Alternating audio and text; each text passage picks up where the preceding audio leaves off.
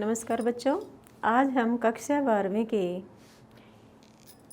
पुस्तक आरोह भाग 2 से उमा शंकर जोशी द्वारा रचित छोटा मेरा खेत बुगलों के पंख नामक जो शीर्षक से 2 कविताएं रचित हैं वो हम आज पढ़ेंगे।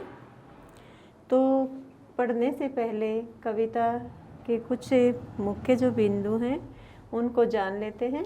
तो छोटा मेरा खेत यानी कवि यहाँ अपना एक छोटा सा खेत मानता है और वो खेत कैसा है, एक कागज़ का रूप में है। जिस प्रकार खेत जिसके 4 यानी चौकोर होता है, 4 कोने होते हैं, उसी प्रकार पेज भी ऐसा ही होता है बच्चों। तो पेज यानी कागज़ रूपी खेत कह सकते हैं या खेत रूपी कागज़ कह सकते हैं। दोनों ही एक समान बताए गए हैं यहाँ पर। तो दोनों के ही कोने चौकोर होते हैं। तो यहाँ पर कवि इसको अपने खेत को या अपने कागज़ को खेत के समान मानता है और कहता है कि जिस प्रकार खेत में एक बीज बोया जाता है और वो छोटा बीज उग जाता है, अंकुरित हो जाता है, फिर वो थोड़ा सा बड़ा हो जाता है, उसमें नए नए पत्ते आने लगते हैं और फिर वो फूलों से लद जाता है और फिर उसके फल पककर तैयार हो जाते हैं। तो खेत की तरह ही यहाँ पर कवि कहता है मेरा क्रम भी ऐसा ही है, यानी मेरा कार्य भी ऐसा ही है। मैं भी पहले एक शब्दों का बीज बोता हूँ, एक शब्द का बीज बोता हूँ, ये अपने शब्दों की अभिव्यक्ति करता हूँ। धीरे धीरे वो जो शब्दों का भंडार है वो क्या हो जाता है, एक शब्द से बढ़कर अधिक उसका भंडार बढ़ता चला जाता है। जैसे खेत का जो पौधा है वो थोड़ा सा बड़ा होता है, फूल आ जाते हैं, फल आ जाते हैं, वो अधिक पककर आनंद देता है। उसी प्रकार जो मेरे भाव हैं वो भी शब्दों का रूप लेकर पदों में अभिव्यक्त होकर वो भी एक रचना बन जाती है जो हमेशा मनुष्यों को आनंदित करती रहती है, पाठकों को आनंदित करती रहती है। पाठक जब भी पढ़ता है उसको हमेशा आनंद आता रहता है, वो खुश हो जाता है कविताओं को पढ़कर। और इसमें प्राकृतिक बुगलों के पंख यानी प्राकृतिक दृश्य का वर्णन किया गया है। जो शाम के समय बुगले पंक्तिबद्ध होकर आकाश में जब उड़ते हैं, वो आकाश का जो दृश्य है वो प्राकृतिक दृश्य देखकर यहाँ पर कवि उमा शंकर जोशी जी मंत्रमुग्ध हो जाते हैं। वो जो बुगले थे वो उनको बहुत आकर्षित कर देते हैं, उनके मन को प्रभावित कर देते हैं, उनका जैसे मन ही उन्होंने चुरा लिया हो। तो ऐसा दृश्य यहाँ पर बताया गया है। तो देखो बच्चों, अब हम पढ़ेंगे। यहाँ पर भाषा का प्रयोग किया गया है। तो कौन सी भाषा है? खड़ी बोली हिंदी का प्रयोग है और इसमें छंद है, मोक्ष छंद का प्रयोग है और अलंकार रूपक अलंकार यानी पूरी कविता रूपक अलंकार से ही बद्ध है और इसमें अनुप्रास अलंकार का भी प्रयोग किया गया है। तो चलिए हम पढ़ते हैं अभी हमारी छोटा मेरा खेत जो कविता है। तो छोटा मेरा खेत चौकोना, कागज का एक पन्ना, कोई अंधड़ कहीं से आया, क्षण का बीज वहाँ बो गया। तो यहाँ पर कवि कहते हैं कि कृषि के रूपक द्वारा इन्होंने अपने कर्म को स्पष्ट किया है, यानी खेत के माध्यम से अपना कर्म बताया है कि मेरा जो कार्य है वो खेत की तरह ही है। तो कहते हैं कवि यहाँ पर कि मेरा कागज़ का एक जो पृष्ठ है वो चौकोर है, वो खेत के समान है। जिस प्रकार खेत चौकोर होता है उसी प्रकार जो मेरा कागज़ है वो भी चौकोर है। कागज़ का जो पन्ना है, पेज है, पृष्ठ है वो भी चौकोर है। फिर कहते हैं वहाँ खेत में बीज बोया जाता है और कागज़ पर मेरे अभिव्यक्ति की जाती है, मेरे शब्दों को बोया जाता है। तो कहते हैं कैसे बोया जाता है? कोई अंधड़ कहीं से आया, क्षण का बीज वहाँ बो गया। जैसे अंधड़ माने आंधी के रूप में, खेत के लिए तो जैसे आंधी जो तूफान आते हैं, जब आंधी के कारण कोई बीज उड़कर खेत में गिर जाता है और वो उसी के रूप में बोया जाता है, तो वो बड़ा भी हो जाता है और फिर फलों से लद जाता है। तो उसी प्रकार कहता है कवि यहाँ पर है, तो वो क्षण भर में ही बोया जाता है, यानी कुछ क्षण में ही जब अंधड़ आता तुरंत वो बीज आकर गिर जाता है, तो क्षण भर में ही उसको बो दिया जाता है। उसी प्रकार दूसरे रूप में जैसे कि यहाँ पर जो कवि हैं वो कहते हैं कि मेरे मन में भी मेरे कल्पना रूपी जो शब्द हैं वो भी कल्पना एक ऐसा अभिव्यक्ति लेकर आती है, वो क्षण भर में ही जैसे शब्दों को उलट पलट देती है। तो ऐसे भाव जैसे आंधी की तरह आते हैं और वो एक जैसे बीज बोया गया वैसे ही शब्दों का बीज वो अभिव्यक्ति के माध्यम से बो देते हैं। तो यहाँ पर कवि कहते हैं कि यहाँ कवि ने स्वयं की तुलना किसान के साथ की है और अपनी काव्य रचना को उसकी खेती के समान यहाँ पर बताया है। तो इसमें बच्चों तो एक तो खेत और कागज़ का वर्णन है, आंधी किसके रूप में व्यक्त की है यहाँ पर, यानी एक तो खेत के रूप में लें तो आंधी तूफानों के लिए आता है, और दूसरा जो अंधड़ है वो आंधी है वो भावों के लिए आई है। तो इसके दो अर्थ हैं, यानी रूपक अलंकार है यहाँ पर। तो यहाँ पर तुकांत छंद का भी प्रयोग किया गया है, तुक मिल रहा है, कोना पन्ना आया गया, तो यहाँ तुकांत शैली का भी प्रयोग किया गया है। तो फिर अगला है कल्पना के रसायनों को पी, बीज गल गया निशेष, शब्द के अंकुर फूटे, पल्लव पुष्पों से नमित हुआ विशेष। तो फिर यहाँ कवि कहते हैं कि जब तो वहाँ पर अंधड़ आता है और वो बीज बोया जाता है, उसके बाद कल्पना के रसायनों को पी, और फिर कल्पना के रसायन यानी कविता के लिए तो रसायन कौन से हैं, कल्पना रूपी रसायन हैं, जिसमें उसके भावों की अभिव्यक्ति होती है, वो सब शब्द उसके अंदर उत्पन्न हो जाते हैं, वो उनको भावों का रूप देना चाहता है। तो वो रसायन जिसमें वो छंदों का प्रयोग करता है, अलंकारों का प्रयोग करता है, उनको छंदबद्ध कर देता है, तो वो अनेक प्रकार के रसायनों का प्रयोग करके उसको अधिक समृद्ध बना देता है। तो दूसरे रूप में खेत के रूप में ले तो वैसे ही किसान भी जब बीज बो देता है उसके बाद अनेक जो रासायनिक ये पदार्थ हैं या रासायनिक जो खाद है, बीज के बाद जो पानी वगैरह का छिड़काव या दवाइयों का छिड़काव जो किया जाता है वो छिड़काव कर कर उसको समृद्ध बनाता है, यानी उसको अंकुरित कर देता है और वो पौधा बड़ा हो जाता है। फिर कहते हैं बीज गल गया निशेष, यानी जब ये छिड़काव हो जाता है तो वो जो बीज बोया है वो पूर्ण रूप से, निशेष माने पूर्ण रूप से वो गल जाता है और ऊपर निकल जाता है, अंकुरित हो जाता है। शब्द के अंकुर फूटे, फिर उसमें शब्दों के अंकुर फूट जाते हैं। खेत में तो बीज के अंकुर फूटते हैं और कवि अपनी जो रचनाएं लिखता है, अपनी अभिव्यक्ति करता है, तो जो वो विचार अपने व्यक्त करता है तो वहाँ जो शब्द होते हैं वो अंकुरित हो जाते हैं और भी अधिक बढ़ने लगते हैं। पल्लव पुष्पों से नमित हुआ निशेष, और वो पल्लव से जैसे खेत के बारे में ले तो खेत में जब वो अंकुरित हो जाता है तो उसमें पल्लव माने नए नए जो कोमल पत्ते हैं, जो नए नए छोटे छोटे पत्ते आते हैं उनको पल्लव कहते हैं।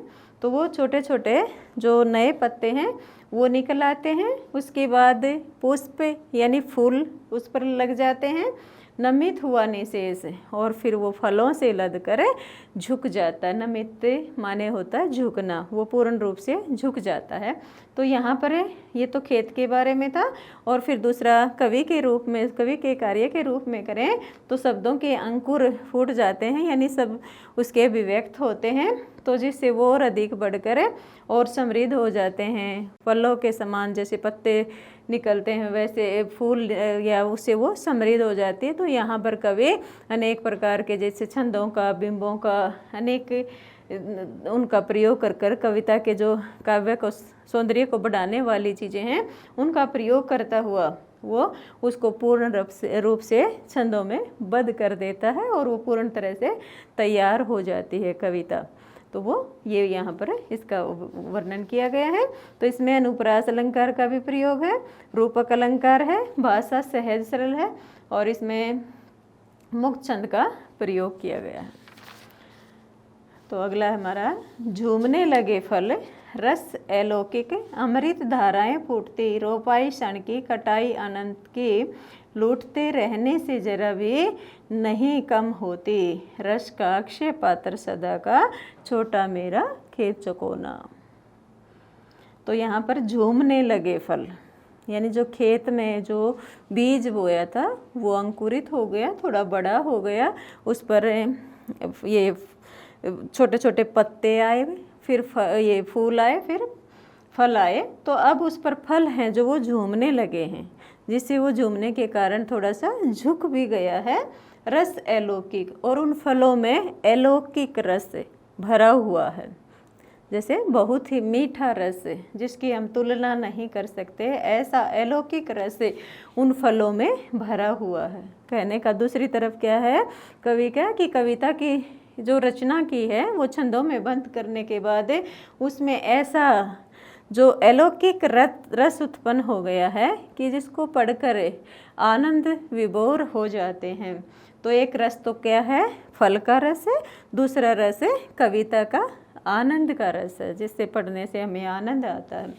तो यहाँ पर रस के दो अर्थ निकाले गए हैं, और यहाँ कवि ने अमृत धाराएं फूटती, और अमृत रूपी जो धाराएं हैं वो यहाँ पर फूटने लग जाते हैं। जैसे अमृत इतना अच्छा होता है, इतना मीठा होता है, तो वो अलौकिक रस वो अमृत के रूप में फूटने लगता है या बहने लगता है। रोपाई क्षण की, यानी रोपाई यानी बीज को तो हमने थोड़े से क्षण में बो दिया था, रोपाई कर दी थी बीज की, उसी तरह शब्दों को भी हमने पल भर में ही ये अभिव्यक्ति को में बद कर दिया था। और यहाँ पर कटाई अनंत की, और उसकी जो कटाई है वो अनंत काल की, अर्थात उसका कोई अंत नहीं है। किसका अंत नहीं है, कविता का, क्योंकि कटाई है जो वो तो कुछ समय के बाद जब पक जाते हैं फसल तो उसको काट लिया जाता है, लेकिन कविता की जो रोपाई एक बार हो जाती है या उसको कविता को लिख देते हैं, पूर्ण रूप उसको दे देते हैं, तो उसकी जो कटाई है वो अनंत काल की है, अर्थात उसका कोई अंत नहीं है। जैसे ये कविता है, इसको लिखे पता नहीं कितने साल हो गए, लेकिन ये आज भी वैसी की वैसी बनी हुई है, इसका कोई महत्व नष्ट नहीं हुआ, ये आज भी उतनी ही हमें आनंदित करती है। तो ये एक बार कवि लिख देता है तो उसका अस्तित्व हमेशा बना रहता है, वो शाश्वत रहती है, वो कभी नष्ट नहीं होती, अनंत काल तक वो उसकी कटाई बनी रहती है, लूटते रहने से जरा भी कम नहीं होती। तो यह कविता एक ऐसी चीज़ है या एक ऐसे भाव हैं कि इसको बार बार बच्चों हम कितना भी पढ़ें, जैसे ये कविता ने जाने कितने पाठकों ने इसको पढ़ लिया, लेकिन आज तक जो इसका रस है कम नहीं हुआ, वो जरा भी उसको कितना ही लौटते रहो, यानी इसको कितना ही आप पढ़ते रहो, लेकिन वो कभी नष्ट नहीं होती, अपना अस्तित्व नहीं खोती, अपना आनंद हमेशा बनाए रखती है। तो उसको किसके समान बताया है, रस का अक्षय पात्र सदा का, छोटा मेरा खेत चौकोना। और कवि कहता है तो जो मेरी कविता है वो तो रस के ऐसे अक्षय पात्र के समान, अक्षय पात्र होता है जो जिसमें जो कभी भी समाप्त नहीं होता, वो हमेशा भरा रहता है, उसको चाहे उसमें से कितना ही आप लूटते रहो, लेते रहो, बिखेरते रहो, लेकिन वो कभी समाप्त नहीं होता। तो कहता है ये कविता भी रस का एक ऐसा ही अक्षय पात्र है जो कभी नष्ट नहीं होता, कभी समाप्त नहीं होता। छोटा मेरा खेत चौकोना, और जो मेरा छोटा सा खेत है वो 4 कोनों वाला है, और उसी पर मैं अपना कार्य करता हूँ, और उसको छंद में बंद करके पूर्ण रूप से उसको कविता का आकार दे देता हूँ, जो हमेशा बना रहता है, वो कभी नष्ट नहीं होता, वो रस के अक्षय पात्र के समान होता है, उससे चाहे कितना भी लूटते रहो, लेकिन वो कभी अपना अस्तित्व नहीं खोता। तो बच्चों ये थी हमारी कविता छोटा मेरा खेत, और इसमें कवि ने ये साहित्य रस को अनश्वर अमृत धारा माना है, यानी ये कभी भी नष्ट होने वाला नहीं है। और इसमें अनुप्रास रूपक अलंकार का प्रयोग किया है, मुक्त छंद है, लाक्षणिक प्रतीकात्मक शैली का इसमें प्रयोग किया गया है। तो दूसरी कविता हमारी इसी में छोटी सी, बुगलों के पंख। तो यहाँ पर कवि ने प्राकृतिक सौंदर्य का, शाम का जो समय है उसका वर्णन किया गया है और कहते हैं, नभ में पाती बांधे बुगलों के पंख, चुराए लिए जाती है वे मेरी आंखें, कजरारे बादलों की छाई नभ छाया। तो क्या कहते हैं, नभ में पाती बांधे, पाती होता है, पाती बांधे माने पंक्ति में बद्ध होकर, यानी एक ही पंक्ति में चलते हैं, बुगलों के पंख। जैसे आपने शाम के समय देखे होंगे, जब बुगले अपने घर की तरफ, अपने घोंसले की तरफ जब लौटते हैं तो वो क्या करते हैं, एक पंक्ति में बद्ध होकर चलते हैं। क्योंकि उनका जो रंग है बिल्कुल सफ़ेद होता है, बिल्कुल चमकता हुआ सफ़ेद रंग उनका होता है, तो पंक्ति में बद्ध होकर चलते हैं। चुराए लिए जाती हैं वे मेरी आंखें। जब उन कवि कहता है कि जब मैं उनको देखता हूँ ऐसे पंक्ति में चलते हुए, तो ऐसा लगता है जैसे उन्होंने मेरी आँखों को ही चुरा लिया हो, अर्थात मैं टकटकी लगाकर बिना पंख झपकाए, अपनी पलकों को बिना झपकाए ही उनको हमेशा लगातार देखता रहता हूँ। कजरारे बादलों की छाई नभ छाया, कजरारे होते हैं काले काले, बादल माने बादलों की, छाई नभ छाया, तो नभ माने आकाश में काले काले बादल छाए हुए हैं, यानी जो दृश्य है आकाश में काले काले बादलों की घटा छाई हुई है और वहाँ पंक्ति में बद्ध होकर जो सफ़ेद रंग के बुगले हैं वो आकाश में उड़ रहे हैं। तैरती सांझ की सतेज सवेत काया, यानी शाम का समय है, तैरती सांझ यानी बिल्कुल शाम का समय है, और सतेज सवेत काया, सतेज माने यानी तेज से युक्त, अर्थात आप कहते हो बहुत ही आकर्षक सफ़ेद उनकी जो काया है, उनका जो शरीर है वो होले होले जाती मुझे बांध निज माया से। होले होले माने धीरे धीरे, पुनरुक्ति प्रकाश अलंकार का प्रयोग है यहाँ। तो मुझे बांध निज माया से, यानी अपनी माया से, अपने जादू से वो बांध, अपनी माया रूपी जादू से वो धीरे धीरे मुझको अपनी ओर आकर्षित कर लेती है, बांध लेती है, अर्थात मैं उन्हीं को, बुगलों को ही देखता रहता हूँ, उन्हें कोई तनिक रोके रखो। तो कहते हैं उसे कोई तनिक रोक के रखो, यानी उन बुगलों को, क्योंकि वो लगातार चले जा रहे हैं, कवि की आंखें उनको देखने से हट नहीं रही हैं, ऐसा जादू उनकी आंखों में उन बुगलों ने कर दिया है, ऐसी माया से वो बंध गए हैं। तो कहते हैं वो किसी को पुकारते हुए कहते हैं कि उनको रोक के रखो, यानी कुछ समय के लिए और आकाश में ऐसे ही उनको रोक कर रखो जिसे मैं देखता रहूं। वह तो चुराए लिए जाती हैं मेरी आंखें, जो बुगले हैं उन्होंने तो ऐसा लग रहा है जैसे मेरी आंखों को ही चुरा लिया हो, यानी इतना मंत्र मुग्ध होकर उनको देखता रहता है एक टकी लगाए हुए, यानी उसकी अपनी पलकों को भी नहीं झपकाते, तो वो लगातार उनको देखते रहते हैं।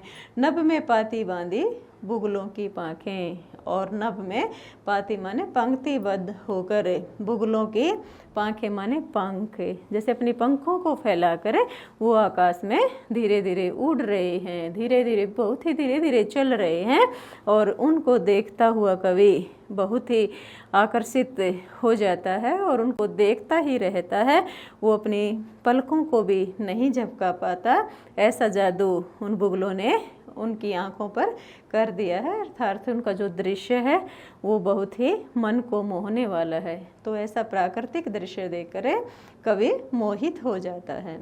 तो यहाँ पर प्राकृतिक दृश्य का वर्णन किया गया है। आकाश में उड़ती हुई जो बुगलों की जो पंक्तियाँ हैं वो कवि को मनोहारी लगती हैं, और इसमें सहज सरल भाषा का प्रयोग किया गया है, इसमें भी खड़ी बोली हिंदी का ही प्रयोग है, और कोमलकांत इसमें पदावली है, और इसमें चित्रात्मकता बिंब का प्रयोग भी किया है। तो बच्चों, मैं उम्मीद करती हूँ कि आपको ये कविता अच्छी लगी होगी, और इसको आप लाइक कीजिए, सब्सक्राइब कीजिए और अधिक से अधिक इसको शेयर कीजिए। धन्यवाद।